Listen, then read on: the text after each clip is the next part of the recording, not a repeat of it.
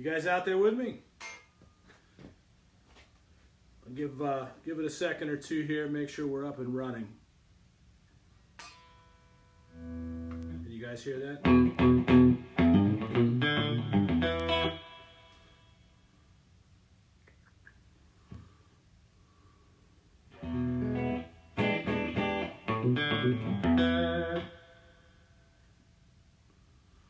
All right.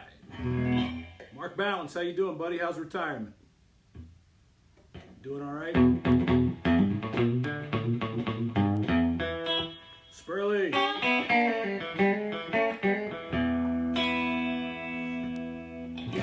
We're going to wait just a couple of minutes, let a couple people get checked in here, and see what happens, man. It's going to be fun tonight. Ryan, what's up, dude? You guys got a cocktail?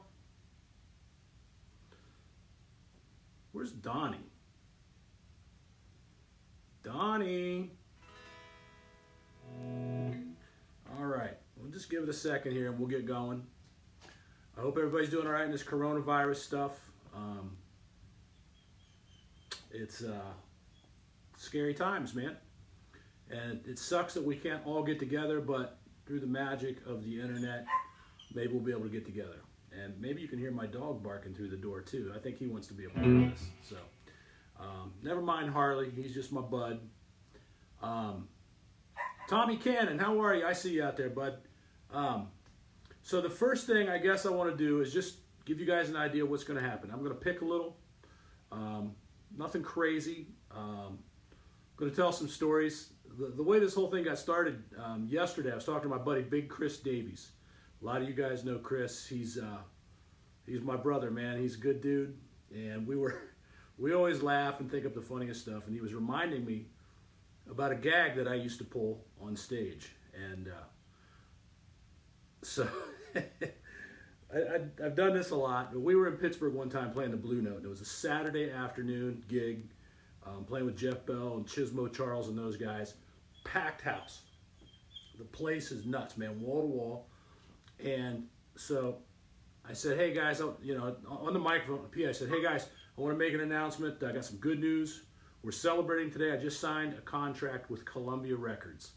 And man, the place just went nuts. People are cheering, high-fiving. It's really cool. And so I set the hook, reeled them in, and then I said, yeah, it's cool. I got a record deal with Columbia Records. I got 10 CDs for a penny, or 10 records for a penny, and I only had to buy the next 8 at like 20 bucks a piece. So you want to talk about a pissed off crowd. Pittsburgh went nuts. So we were just laughing about that and all the good times that we had in Pittsburgh. And it made me think about all the good times I've had everywhere. Here in Columbus, 25 years ago, starting out with the Circuit Breakers with Gene Big Daddy Richards, guilty. That's a joke between Gene and I. Up to Destination Blues, and then playing with Willie Pooch for several years. And then Blues Hammer up in Michigan. And then I moved out to Delaware and then joined Kenny Belmont and Lynn Doughton, Jimmy Durham in a band called Bad Juju. And then I moved down to West Virginia and kind of hung up my hat for a little bit, but found some friends in the Huntington Harmonica Club. So I'll probably be all over the place tonight, to be honest with you, but it's going to be fun, and at least for me it is. I hope you guys have fun. And so let me get tuned up. That's the first thing we always want to do, is get tuned up, right? So let's get tuned up. Anybody in? Sounds like my dog wants to get tuned up. That looks like about enough. I don't know if my buddy Shane Kirk is out there or not, but how's that for a pour? And then just to take the edge off, you got to get properly tuned, right? That's what this is all about, having fun, socializing with your friends. I miss all you guys. Gosh, time just seems to slip away from us, and I hate that. But here's to getting tuned up. Cheers. Let's have some fun. What do you say?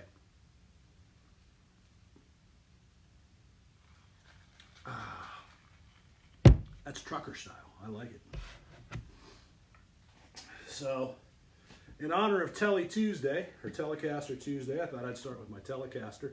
One of my Telecasters. This is my favorite. This is just a stock black American Standard Stratocaster. This thing has been to war and back, man. It's been in the trenches with me. I've left it in my trunk in 100-degree heat. You open it back up, and the thing's still in tune. So it's a beaut. I love it. I love the tone, and so anyway, I'm just gonna see what this old girl's got in it. What do you say? So let's see. When I was with Blues Hammer up in Michigan, we used to start with a song just to loosen up, and it was just a shuffle like this.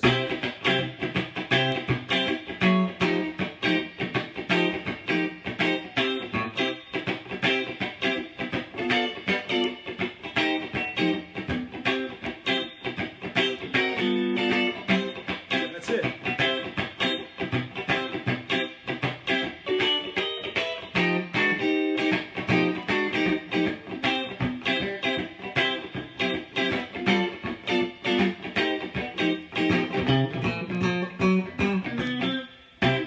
That's it. So we used to open with that, and all kinds of crazy stuff used to happen with that band. God, where do I start? Donnie, help me out. I know you're out there. Ryan, we just had some crazy times in that band. I know, man, good bunch of guys. Larry Black, I hope you're out there, Larry. Paul Cordy, Matt Sage, Donnie Hops, and myself, along with our buddy Pete Goodwin, otherwise known as the Mayor. And Mayor passed away several years ago, so all honor to Pete Goodwin, the Mayor. We love him.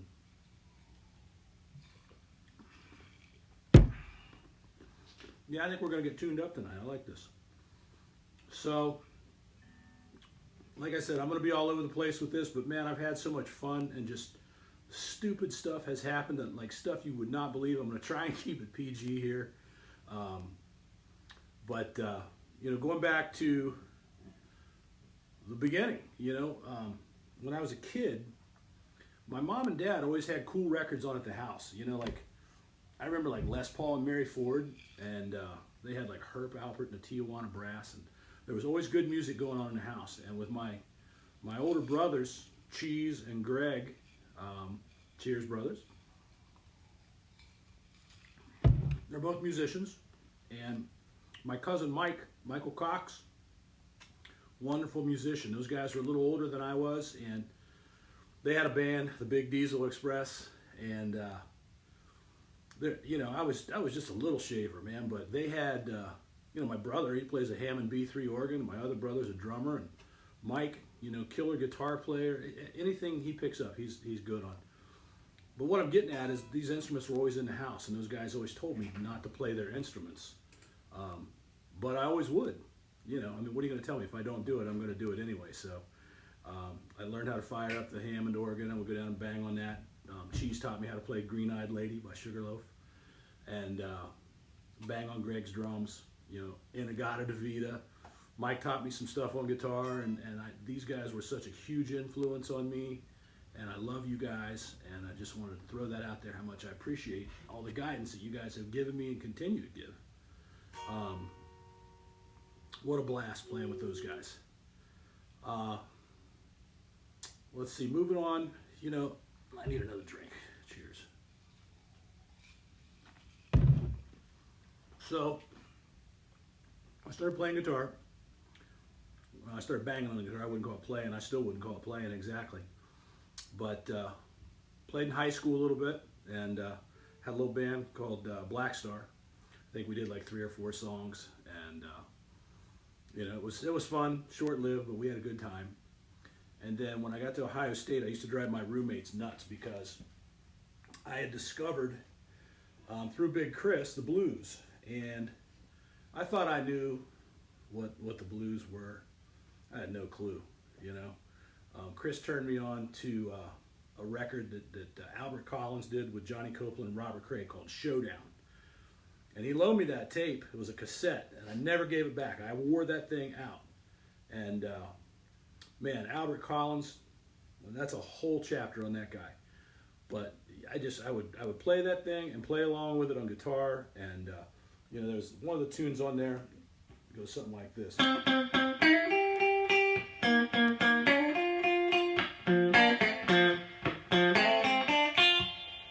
And I just thought that was the coolest, man. But I got into Albert Collins, and you know, just what a beast, man.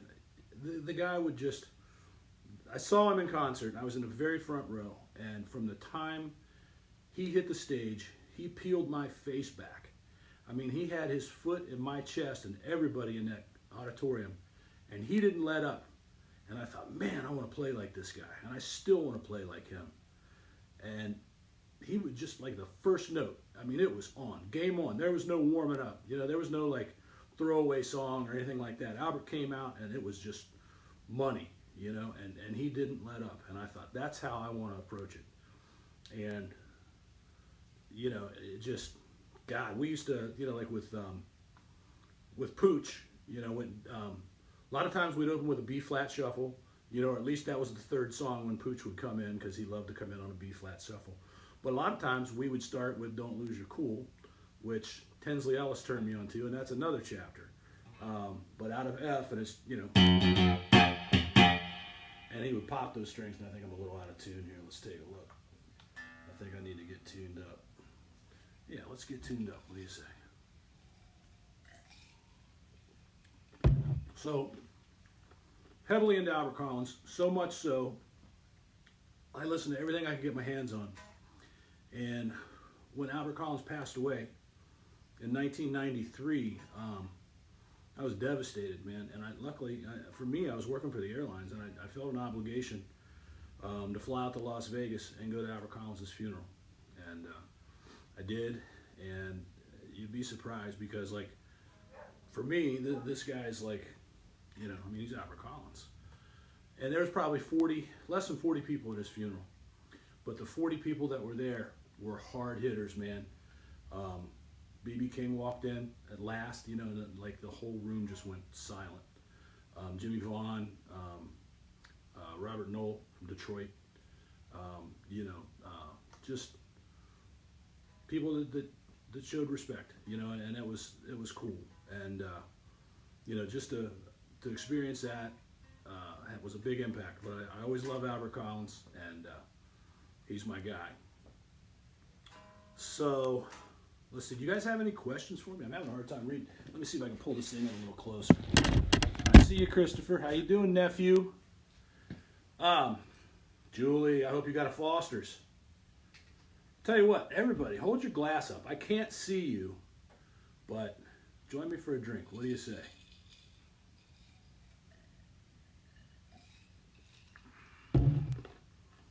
So, I guess the whole point of me doing this was, and I wasn't going to, because there's enough people out there, you know, putting their tunes out on the internet, and I'm not that guy.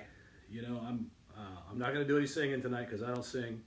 I'm a horrible singer, and I'm a hack guitar player. But I thought I'd just tell you guys some stories and play a little bit. I mean, I'm not gonna sit there and hold a guitar. I'll play some, but I've been really fortunate to be surrounded by musicians that were better than me. You know, with my brothers and my cousin Mike, Steve Mitrione, Mike's buddy, and our buddy too. You know, just always played with guys that were top notch. And so that, if I could tell a young player, you know, what to do, the best way to learn is to surround yourself with guys that are much better than yourself, because it's just going to bring your game up. But I started going to the Dolphin Lounge in Gahanna, and I heard, you know, that there was a blues jam on Monday nights, and man, I had no idea what a magical place that was. The Dolphin, Rick Bowles, my good friend Rick Bowles, who I love, solid dude, introduced so many cats to each other, you know, and you go out on Monday night, and Rick would run this thing, and you know, guys like Tom Bowling, you know, who recently passed away. Tom, what a sweetheart, man. Great player. Ray Fuller would come out. Terry Davidson would show up occasionally. All these smoking players and guys that were just starting out, and it was family, man. That's where I met Linus Gatsby. And that's another story, a whole other chapter with Linus. I also met Bobby Sampson at the Dolphin. And Bobby and Linus are both gone. They both passed away. So this is to Bobby and Linus. And I want to tell a story on those guys real quick. So Bobby had just moved back to Columbus, or back to Central Ohio. He was from Philo, Ohio. And Bobby just moved back to Columbus, and he showed up at the Dolphin, and everybody was just kind of like, who is this guy, man? This cat can play.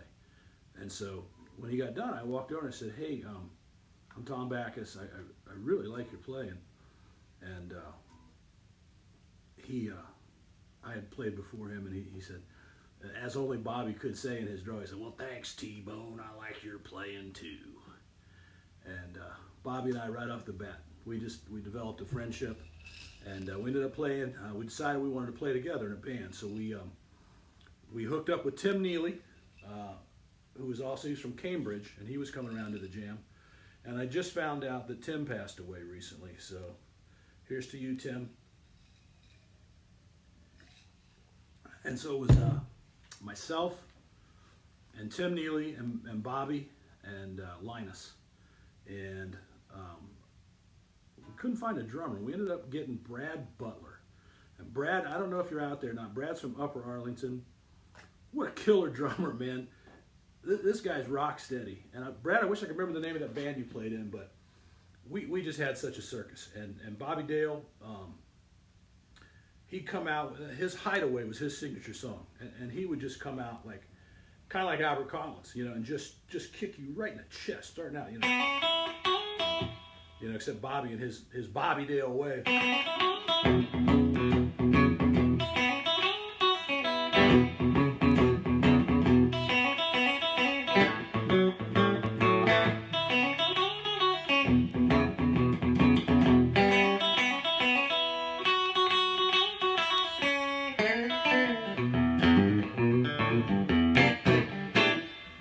Sorry about that, little rusty, but you know, Bobby was just a man, and he would burn. And Linus, what a sweet voice.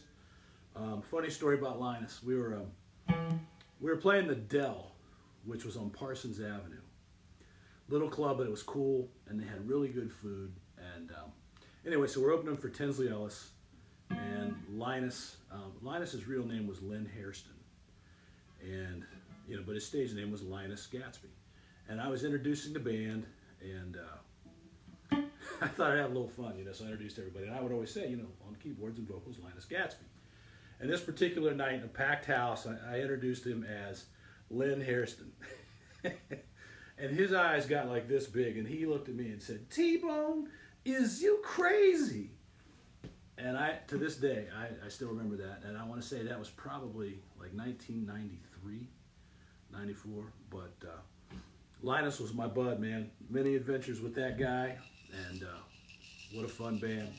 And Brad and I are connected through Facebook. I haven't seen Brad in many years, but we chat, and when all this craziness settles down, Brad, I want to go get lunch with you, man, and cut some grooves, okay? So, and that's, you know, guys, that's what this is about. It's about reconnecting, because there's a lot of you guys out there that are on now. Hey, Melissa, what's up? That I haven't seen in a long time, you know, and time gets away. So I want us all, you know, if we can't get together and have a party in my garage, let's get together and have a party in my garage. You know what I'm saying? So it's been a journey, and like I said, I've met some cool people. We've had some crazy times. That time with Linus, man, that was so funny. And Linus's brother, he had this brother, Babe, Steve, and he was my partner in crime. Babe and I, we would just cut up and have a ball. And I don't know whatever happened to Babe. I know Linus's wife, Cindy, is out there. If you're in touch with Steve, send him my way, because I would love to see him. He's a good dude. What else? What do you guys, I guess this little Telecaster, we can talk about it for a second. I love Telecasters. I originally started playing with the Strat, and everybody started playing Strat, so I picked up a Tele. And I love the tone, man. I wish I could be a Tele player like the Nashville guys, like Don Rich or Red Volkert, Bill Kirshen. Those guys are just smoking with that, you know, the finger picking. I don't do that much, and I wish I could. But, you know, those guys are Tele pickers. And you know, like Pete Anderson that plays with Dwight Yoakam, I've been listening to a lot of Dwight lately. And, you know, it's cool because I flat pick. You know, I'm like...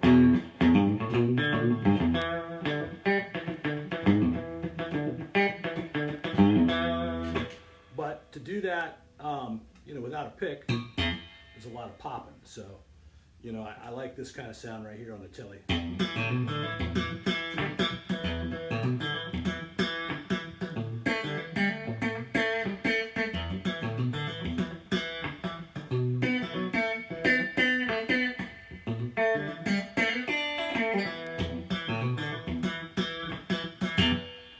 That's got a great tone to it. And I also like this little thing I picked up. This is like a Don Rich thing, but you know, it's I just think it's cool.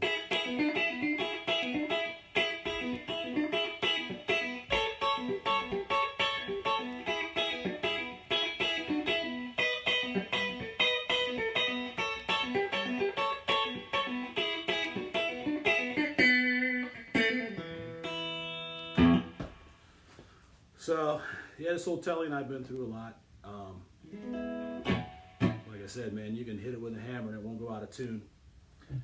Speaking of tune, let's get tuned up. You guys with me? Who's drinking out there tonight? Susan Stokes, how are you? One of my old Michigan buddies from the Blue Martini. So, I guess I'm going to jump to a story about Willie Pooch. I could write a book on that guy, and I think a lot of us could. Willie was my buddy, man. We played for several years together. The first time we ever played as a band with the usual suspects, it was myself and Cheese, Al Roop, and Donnie. And so the plan was, originally, Tim Neely from Destination Blues was going to sit in and do this gig with us at Dick's Den. We were recording a live album live at Dick's Den. Because I think, you know, the best way to capture Pooch, I thought, was always live. Studio work was great, but man, he was at his best when he was live. And so, I think, yeah, the first time that we all ever played together was the night of the gig, and Donnie had never even met Pooch. Donnie was like a last minute, you know, fill in. I met Donnie up in Michigan, and so Donnie came in and just nailed it. But Donnie was so nervous. And I always call it the Donnie face because Donnie gets real serious, you know, and that's how he was on stage. Excuse me, there's a couple videos out. If you go back and look, he had the Donnie face most of the night. But we did a couple of, you know, just warm-up tunes, throwaways to get the band loosened up, and then B-flat shuffle. And here comes Pooch, you know, and it was on. From that point, it was on. And I know Donnie would want me to tell you the story about the show that we did at the King Arts Complex. We were doing a show. It was Willie Pooch and Christine Cottrell. And Sean Carney, hey Sean, I hope you're out there, bud. Sean was playing with Christine, and so we were going on stage. Let me back up. Before we all went on stage, we were hanging out backstage, and Christine and Willie were telling stories and getting tuned up and just having a time, just what you would think, and it was magical. So we go out and hit the stage, and we do our couple little warm-up tunes, you know, grooving, whatever, Green Onions or, you know, Don't Lose Your Cool.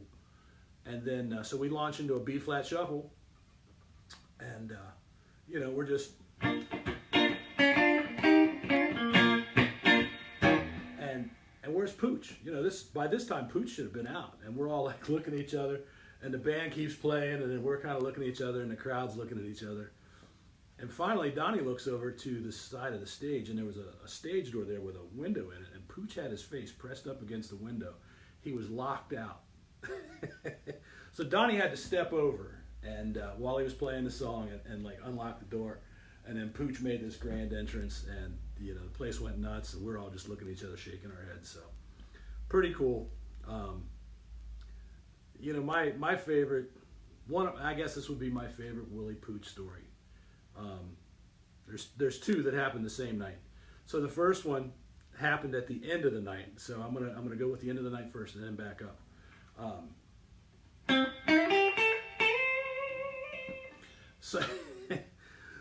So Adam Bradley was with us. Adam's a buddy of mine and good dude, man. Turned out to be a killer guitar player himself, and we've got stories on Adam that I'll tell later. But Adam rode up to the gig with Willie and I. We were in Willie's Lincoln Continental, and so after the gig, we went to this fraternity party. We were playing at a fraternity house, and then they had an after hours party. So we went to that, and Willie, probably late 60s at the time, was hitting on this little college chick, like a freshman, and she's a little cutie, and they're talking, and Willie leans into her and says, "Hey, baby, why don't you take me back to your place and let me make sweet love to you?"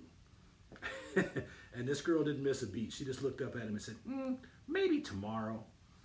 And it was funny, man. You should have been there. But the best part of this whole story is we go back to the hotel. So we got two double beds, and so I've got one, and Pooch has the other, and Adam's sleeping on the floor, right? So we get back, and we had all these chicken wings. We'd stopped at like BW3s. We got a ton of wings.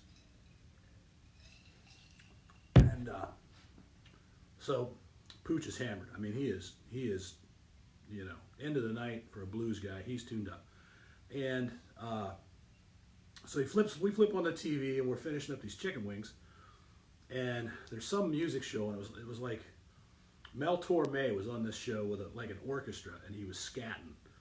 And it was the funniest damn thing. And Pooch goes, hey, T-Bone, you know who that is? And, it's Mel Torme. And I'm like, no, Pooch, who is that? He's like, that's Donny Osmond. That Donny Osmond is a talented mother. And just, I was dying laughing. Pooch, and then he started scatting while he was eating a chicken wing. So you could imagine. And so we were crying about that, and he gets up, goes to the bathroom. We can hear him in there talking to himself. And he would be talking, then he would sing, and then he would start talking again to himself. He was just all over the place, but it was hilarious. He comes out of the bathroom. He was wearing like a purple suit that night, but he comes out, and all he's got on is his underwear and his hat. He's like, "Fellas, I'm going to bed." And he just did like a swan dive and hit the pillow.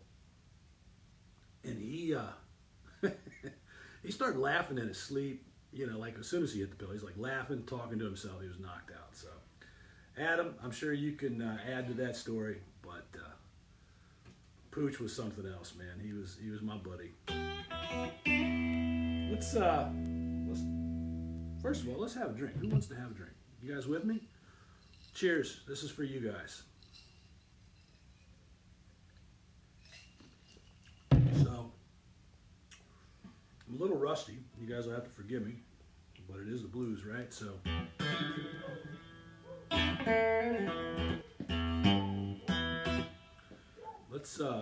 let's just see what happens here.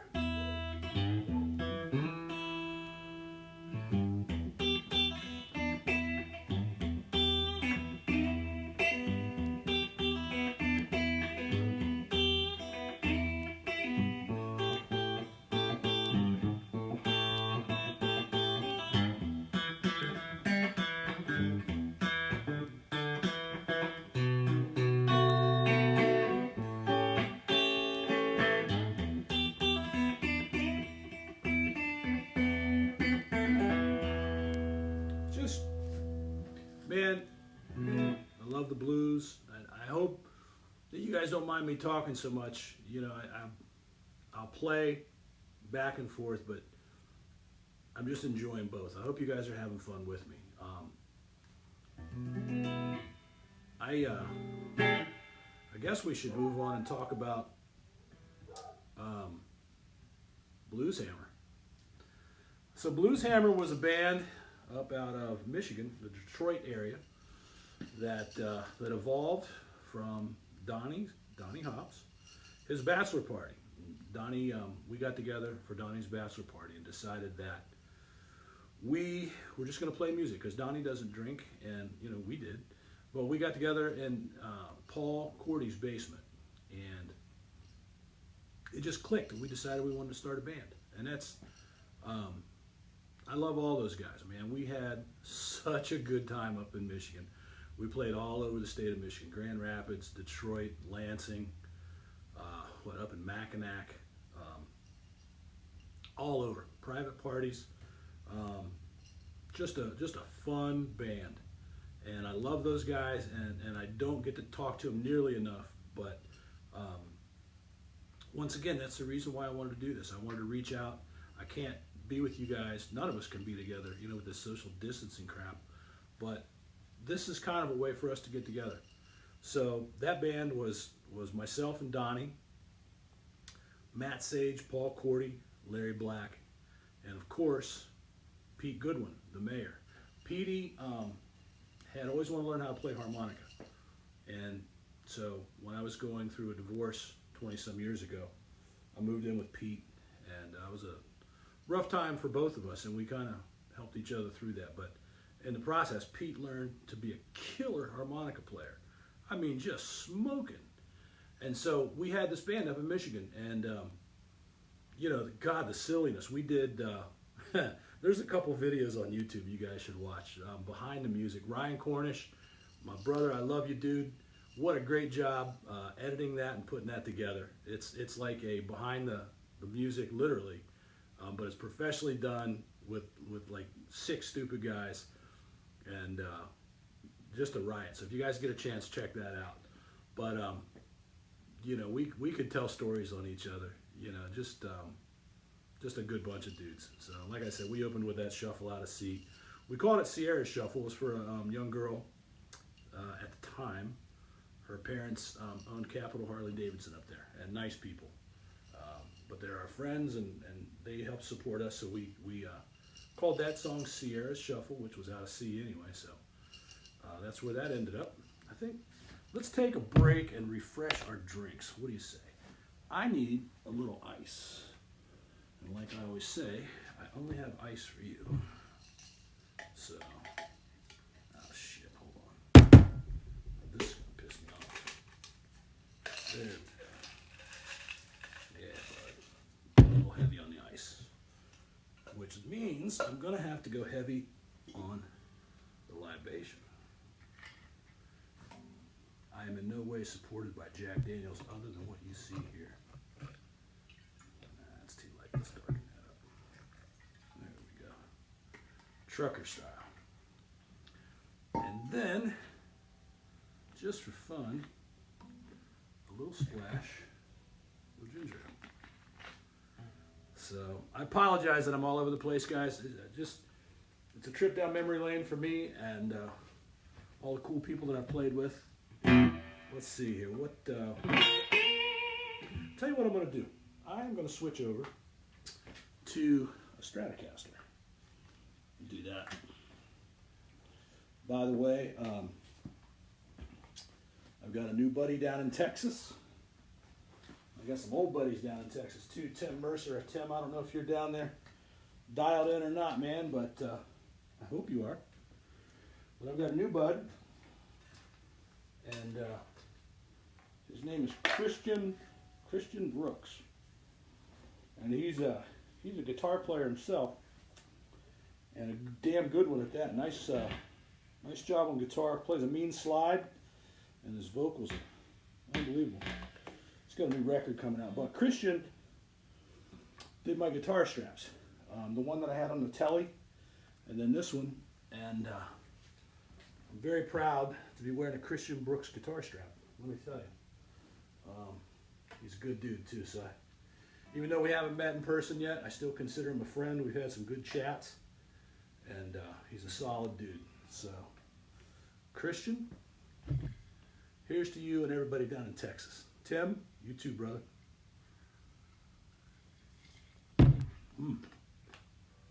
That one's got a little strength to it. So this Strat is my newest Strat, actually. It's about 9 years old. And it's got vintage noiseless pickups in it, which I love.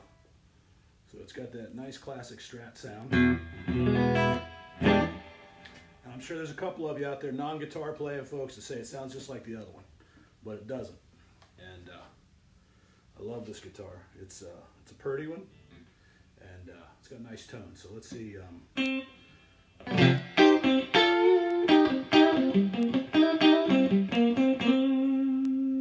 Let's see. You know, Freddie King, for you non-guitar folks, is a Texas guitar player. Heavily influenced a lot of players. Eric Clapton for one. But another guy that I consider my friend, I haven't talked to him in a very long time, but Ronnie Earl used to be with Roomful of Blues. And Ronnie, his version of San Jose off of his, what is it, Live in Europe album, I believe it's called. It's the first track on that record. And wow, Al Roop turned me onto that. And what a record, man. That he just smoked that song. So, in honor of Ronnie Earl, Ronnie, I hope you're out there listening. Cheers to you, buddy.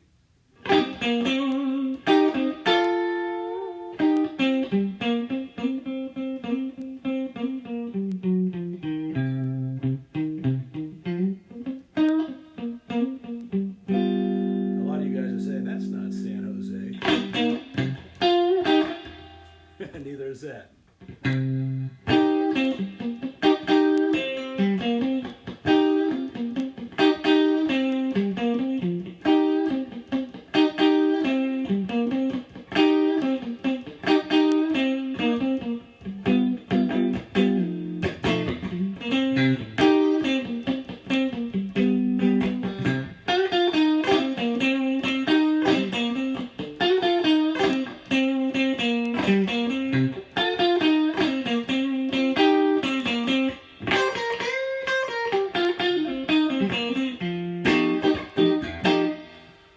So, Ronnie Earl. If you guys have never heard of Ronnie Earl, go out and buy every one of his records, okay? Because I love Ronnie. He's a good guy.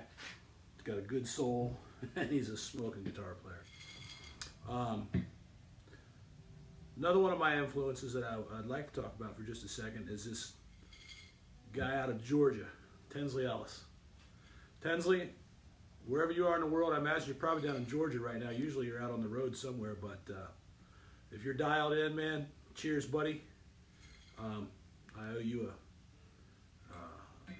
a word of gratitude, so thank you. He's probably shaking his head going, what the hell are you thanking me for? But many years ago, that night that I was talking about earlier, with Destination Blues, when we opened up for Tinsley, he, at the time, we were doing a bastardized version of one of his songs. It was the song Highwayman, and it's a vocal tune, and we just turned it into an instrumental. That's what we opened up with, and I was really super nervous because we were opening for Tinsley, and we opened with his song, you know. And I'm like, hey T, you know, typically we would open with this song, but out of respect, I don't want to do that. And the guy was so cool. He's like, no, he's like, I want you to do it, man. I want to hear it. This will be cool. So I was like, oh shit, here we go. So we hit the stage and we started playing. And I looked over to the side of the stage, and they had like these arches in the middle of the room. And Tinsley was standing kind of behind one of the arches, but had his head out where I could see him. And he had the biggest smile on his face. And, you know, it was just, I was nervous. But afterwards, he came up and he's like, man, that was cool. I really dug it. And that meant so much to me. Backing up a little bit, probably a year before that, the first time I met Tinsley, he was just playing there at the Dell, and he had this this red knob twin. You guys, they called it the Evil Twin. And he came out, and man, T was just cooking, and I'd never met the guy. And in between sets, I went up and introduced myself, and he was so cool and so gracious. He's like, yeah, man, he's like, come up on stage, I'll show you the amp. And we walked up, and he offered me his guitar. He's like, yeah, you want to play it? And I'm a lefty, so I couldn't play his guitar. But I was asking all kinds of questions about his settings, and he answered everyone like super graciously and just a complete gentleman. And I thought, what a cool dude, you know, to do that, to take the time out and go over that with me. And I ended up right after that, I went out and bought a red knob twin. That probably would have been like 93, but it's still sitting right back here in one of these road cases. Actually, I still have it, and you know, T, thanks, man. He gave me some good guidance back then, you know, and he said, look, he's like, you got the skills, you could play on the road. He's like, but keep your job as long as you can. And that really sunk in. I'm glad that I listened to him, because it's tough out there, but T's doing it, and man, buy every one of his records that you can get. All right, so Tinsley, here's to you, buddy. And I guess I probably should launch into a little something for T. So here's our little snippet of Highwayman.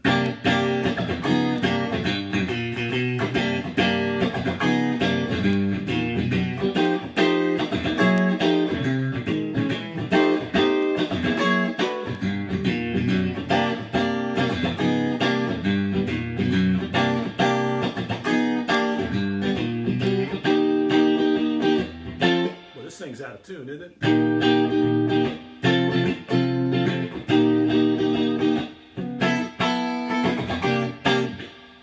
Guitar tuned up. So, Tinsley Ellis, all honored in his name, man. What a good dude. There's part of it. So, I've been very fortunate to play, like I said, with some really good guys. Going back to Pooch for a second,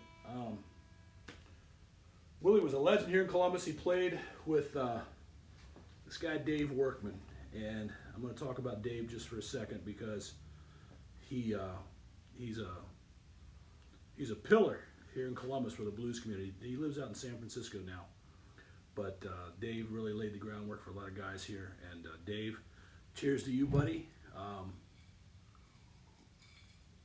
Before Willie passed, there was a benefit at Route 66 that Herb Solers had put together.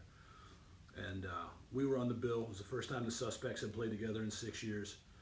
And we had to leave before Dave's set. And I hadn't met Dave. I heard all kinds of stories from Willie. And fortunately, the club was just packed. But I didn't get to hang out with Dave. And so after Willie had passed, I had to go to San Francisco, or Oakland actually, for work. And I knew Dave lived out there, and I looked him up. We chatted a little bit on Facebook Messenger, and I said, you know, it would be really cool, and I think Willie would appreciate it if you and I got together and just, you know, had a toast in his honor. So we did. We met at the saloon. Dave was doing these Saturday, I think it was a Saturday, isn't it, Dave? At this club in San Francisco called the Saloon. Super cool blues club. But Dave and I sat down, had a drink together, and it was just really cool. So, speaking of really cool having a drink together, let's have one. Man, the stories I could tell, and the stories I'm going to tell. I want to go back to Pittsburgh for a second. Pittsburgh, I know you're out there. Shelly and Mark, Michelle, if you guys are there. Jeff Bell. Jeff Bell is a super sweetheart, and he's a legend in my mind in the Pittsburgh music scene. Jeff and his band would play every Saturday with Chismo Charles, and we lost Chismo several years ago. But I'm gonna drink to Chismo too. There's a lot of drinking tonight, but it's more honoring those that have passed on. And so Chiz, thank you for all that you taught me and all the good times that we had, bud. But these guys did a gig at the Blue Note down on Carson Street in Pittsburgh every Saturday. And my buddy, Big Chris, who's from Brookline, was buddies with the guy that owned the club, Pete Galamus, who's a super cool guy too. Pete, I hope you guys are out there. But they wanted to get me over into Pittsburgh. And so, you know, I wasn't with a band at the time. And so Pete was like, screw it, I got you a band. Just come over on Saturday, you just play with these guys. And I felt bad because he just told those guys that I was playing with them. And I don't like that, man. That's not how I roll. But these guys were super cool. And I ended up doing that for several years. I mean, not every Saturday, but you know, a couple times a summer I'd go over and play with Jeff and his band and Chismo. And man, back in the day, the Blue Note was so cool. Like the bartenders were doing shots. Bobby, you know, was doing all this silly cocktail stuff, and Lisa, and you know, everybody's favorite, Percy. I lost touch with Percy. I hope she's still around. And Percy, if you're out there, if anybody ever sees Percy, you tell her T-Bone loves her and I miss her, okay? But she was the coolest. And if Percy didn't like you, you'd know it. And if she liked you, she loved you. And I was lucky that Percy and I were tight, man. She was way cool. So we used to do, like, I would walk the bar. I had a wireless, and I would walk the bar. And they had this U-shaped bar, and it was a packed house. And the band would, they would humor me because they would just play a groove. You know, I'm out doing all this stupid shit, getting people to drink, and what a circus. But we made some good friends there. You know, Shelly and Mark and Michelle, you know, and that whole crew, God, it just awesome. And, you know, I have to say that Pittsburgh became my adopted musical home. That was, the Blue Note for several years was home base for me. You know, that was like a home crowd. I was coming home, and those people were awesome. So to the folks that were at the Blue Note in Pittsburgh and all my Pittsburgh buddies, cheers, man.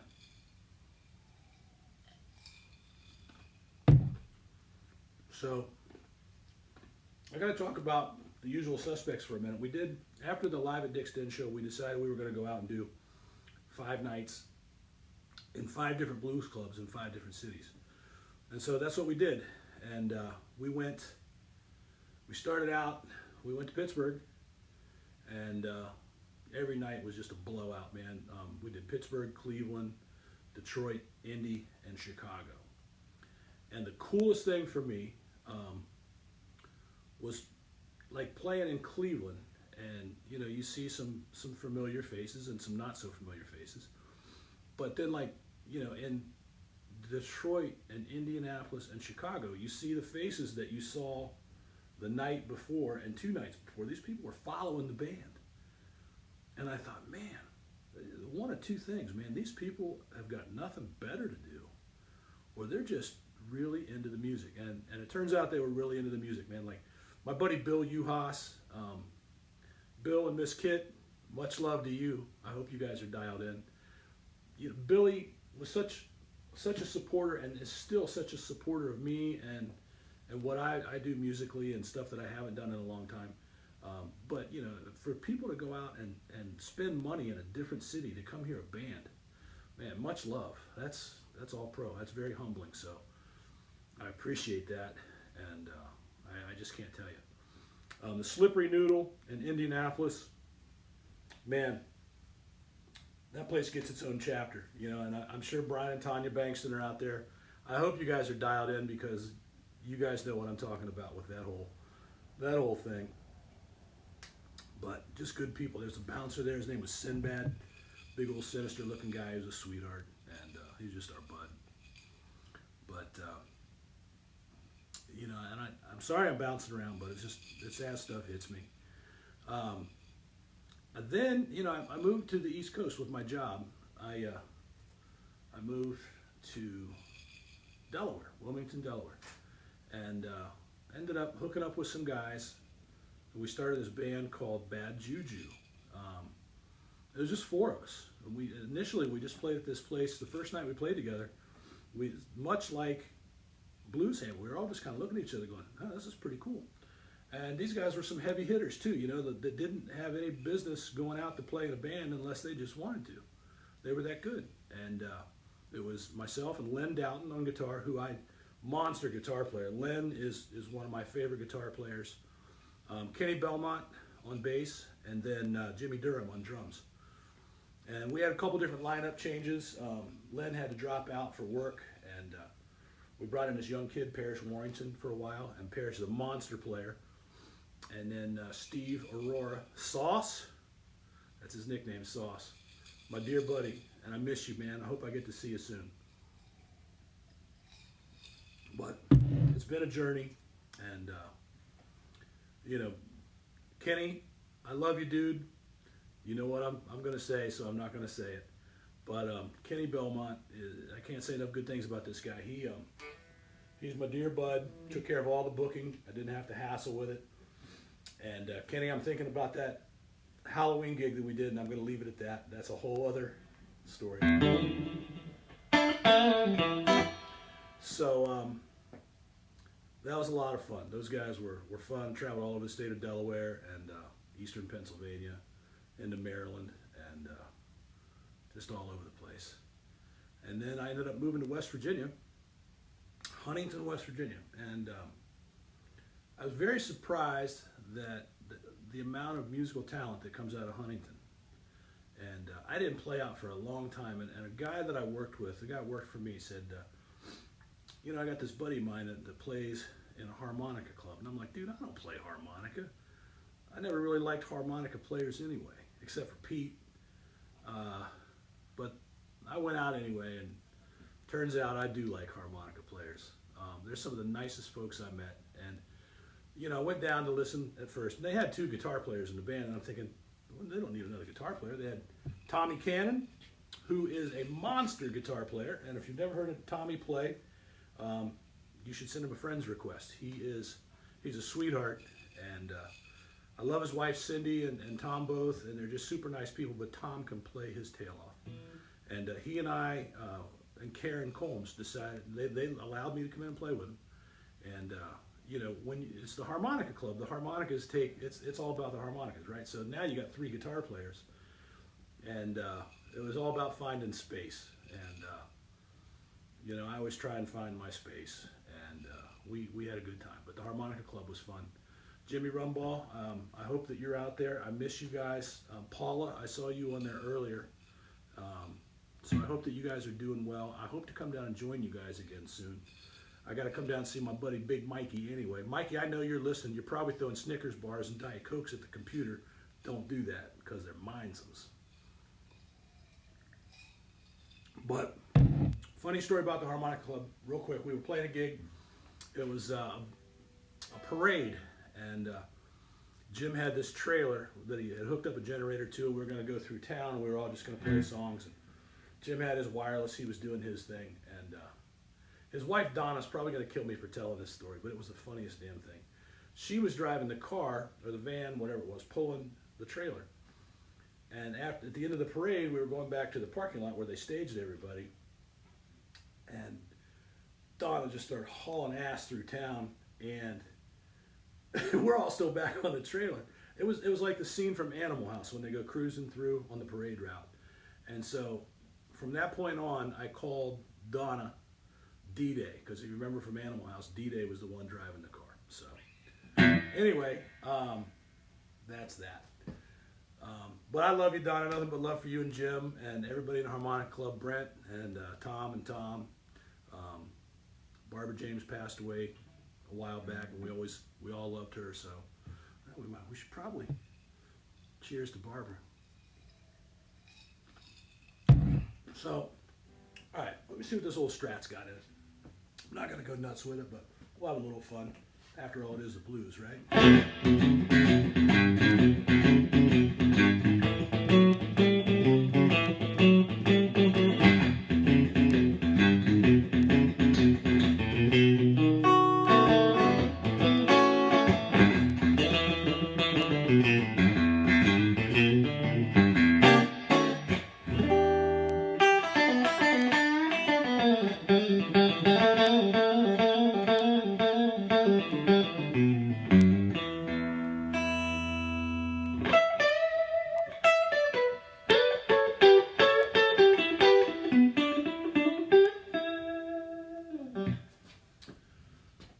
Well, I tell you what, I guess that's going to be about it for this chapter. You know, there's so much to tell, and you know, I can't possibly cover it in one night. But you know what I'd like to tell you guys is I love you guys. You guys are my friends, my family. I miss everybody, And with this social distancing, you know, let's make a pact, okay? When all this is over, let's all try to get together. I mean, let's just hang out more, make an effort, you know. And in the meantime, take care of your friends and neighbors. You know, share with people if you have extra stuff. Share with those that don't. Check in on your elderly neighbors. We're gonna get through this, you know. And like I always say, man, the world has enough jerks, for lack of a better word. It doesn't need another one. So, you know, be good to each other, man. Be good to people you don't know. Let people out in traffic. Use a turn signal. I'm not going to go off on my high horse preaching or getting into any of that garbage. It's just common sense. And I hope that we all exercise some. I need to finish this drink. One thing that Pete and I did that I'll probably screw this up because I haven't played this song in about 5 years, but it's pretty cool and it's pretty special. Let's see.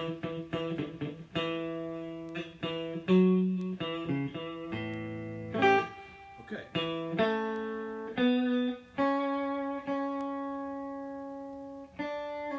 Man, I'm losing it. I'm sorry.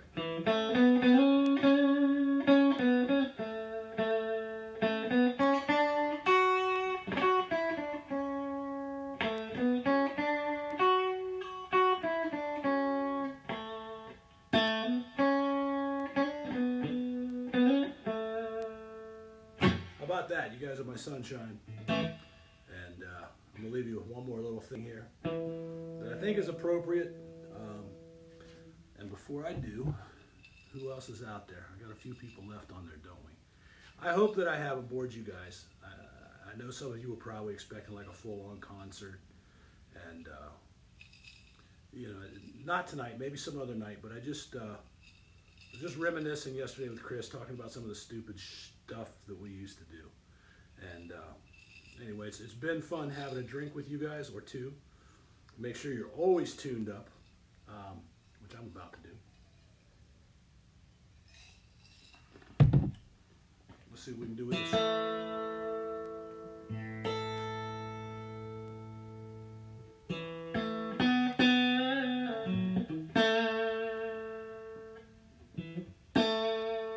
Here we go.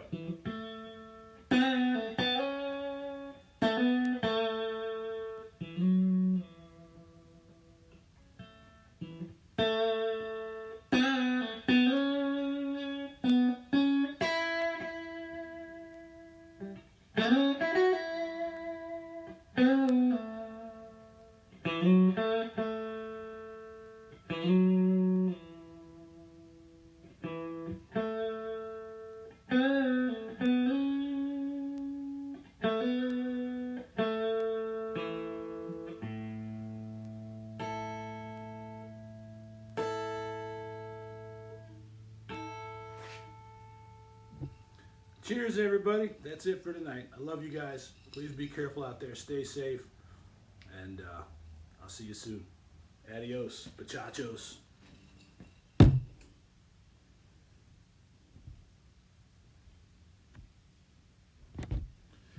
if I can figure out how to end this damn thing.